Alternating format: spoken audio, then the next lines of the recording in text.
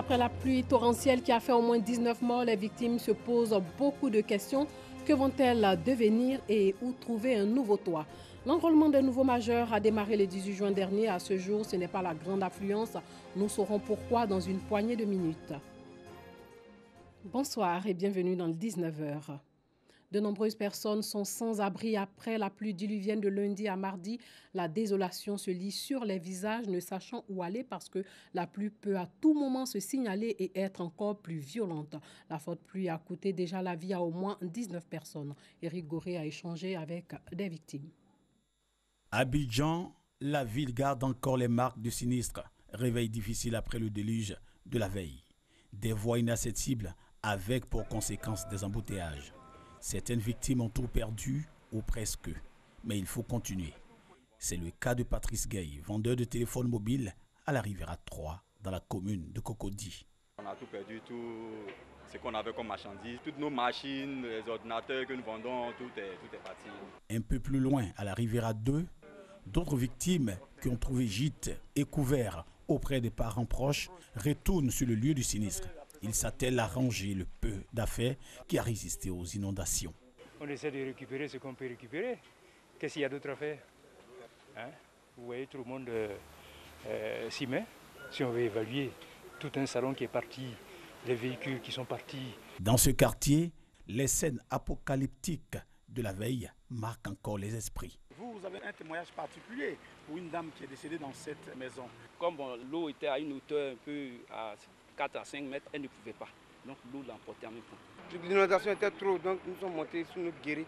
On a vu que les trucs, qu'on appelle ça, les voitures de l'autre cité sont quittées là pour venir rentrer dans l'autre cité. C'est comme ça, c'est ici, la 4x4 qui est là, elle est rentrée directement dans la cité. Les pluies de ce mardi ont fait 20 morts, dont 18 dans le district d'Abidjan et de nombreux dégâts matériels. Des mesures préventives sont annoncées pour éviter que pareils drames ne se reproduisent. Justement, le gouvernement a entamé des travaux d'urgence à la Riviera Bonouman. Le pont qui relie ce quartier à la Riviera Palmeraie est en réfection. La vigilance doit être toujours de mise. Possibilité de pluies orageuses dans la nuit de jeudi et de fortes pluies sont annoncées vendredi dans la matinée dans le district d'Abidjan. La pluie d'hier n'a pas permis à de nombreux candidats au baccalauréat technique de se rendre dans leur centre d'examen. Les épreuves orales du baccalauréat technique qui ont démarré hier ont donc été perturbées. Mais ce matin, ils étaient nombreux dans les différents centres d'examen pour affronter les épreuves orales de français et d'anglais. Nous, Sangaré et Dangui ont rencontré quelques candidats au baccalauréat technique. Lycée technique d'Abidjan, il est 8 heures. Des candidats consultent le tableau d'affichage pour voir l'ordre du passage. D'autres, par contre, font les dernières révisions. Depuis 7 heures, nous sommes en attente actuellement. On attend jusqu'à ce qu'on nous appelle. Donc, pour le moment, on ne pas, on stresse un peu, mais on patiente en révisant un peu, quoi. Dans les salles de classe, c'est l'heure de vérité pour des candidats. Ils sont soumis à l'interrogatoire des examinateurs dans les épreuves d'anglais et de français. Pour ce début, je pense que pour les autres épreuves, ça peut aller. Parce qu'au début, en quittant la maison, franchement, il y avait le stress. Mais quand tu arrives ici et que tu vois... En fait, tout le monde est détendu, le prof sourit. En général, l'épreuve de français n'est pas véritablement difficile. Ce sont des tests que les enfants ont déjà étudiés tout au long de l'année. Ils ont ces tests-là, ils les ont déjà étudiés et ils reviennent ici pour un peu réciter, si vous voulez, ce qu'ils ont appris à l'école. Ce sont 723 candidats répartis dans 4 différentes filières qui prennent part à ces épreuves orales du baccalauréat technique au lycée technique d'Abidjan. Nous avons 723 candidats. 723 candidats avec 4 séries, la série E, série F1, série F2 et série F3. Cap sur le lycée Adama Sanogo dans la commune d'Abobo. Ici, candidats et examinateurs sont présents. Les épreuves se déroulent bien. Je crois qu'il n'y a pas trop d'absents. Nous avons plus de la moitié programmée présente. Je suis en train d'étudier un test qui est porté sur les applications Android. Je vais me confronter au professeur pour voir, qui me posera différentes questions et après je verrai comment ça va se passer, essayer de répondre et voir si je peux avoir une note assez impeccable. Prévu le 19 juin, le démarrage des épreuves orales du bac technique a été perturbé dans le district d'Abidjan.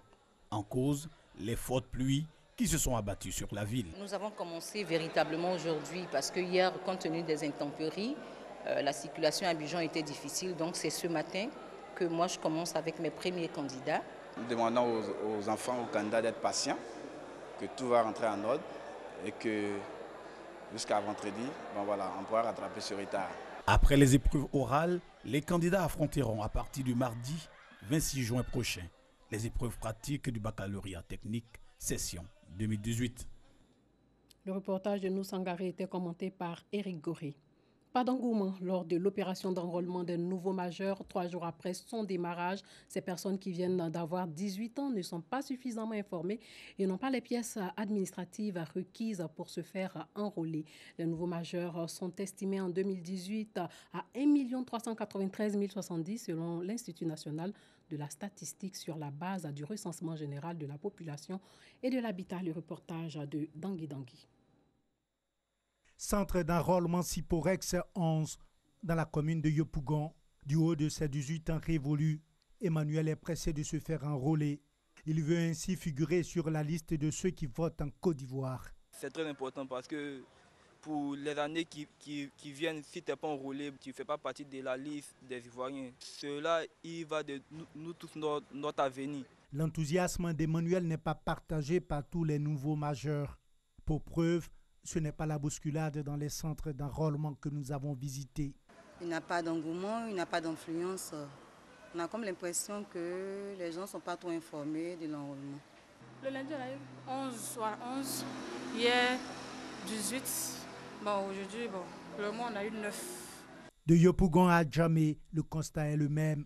Les agents de la commission électorale se tournent les pouces. Les requérants traînent les pas. Et les rares d'entre eux qui arrivent présentent des dossiers incomplets. Les pièces qu'ils présentent sont périmées. Souvent même d'autres qui viennent avec leur extrait de naissance. Il s'avère que les nouveaux majeurs, ils ont fait des demandes de cartes.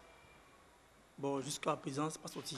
Et puis il y a d'autres aussi qui disent qu'ils ont déposé leur attestation d'identité pour faire la demande de la carte. Absence de pièces administratives, déficit d'information, les raisons de ce manque d'affluence sont diverses. Je ne suis pas au courant qu'il y a des enrôlements qu'on débutait. On m'a pas encore parlé qu'il devait m'enrôler. Je vais me renseigner comment il faut faire pour s'enrôler. Moi, je ne savais pas. Comme je viens de l'apprendre, je pense que dès demain, je vais prendre mes dispositions pour ça. Il faut également ajouter la coïncidence de l'opération avec le calendrier des examens scolaires, notamment le bac. L'opération dure une semaine. Démarrée lundi dernier, elle est prévue s'achever le dimanche 24 juin prochain. Elle concerne en plus des nouveaux majeurs les personnes en âge de voter mais jamais inscrites sur la liste électorale, celles qui ont changé de lieu d'habitation ou de patronyme. 10 580 centres de recensement sont ouverts sur le territoire. Tout requérant devra présenter une carte nationale d'identité, à défaut, une attestation d'identité délivrée par l'ONI et un certificat de nationalité. Merci de nous avoir suivis, chers téléspectateurs. On se retrouve donc demain.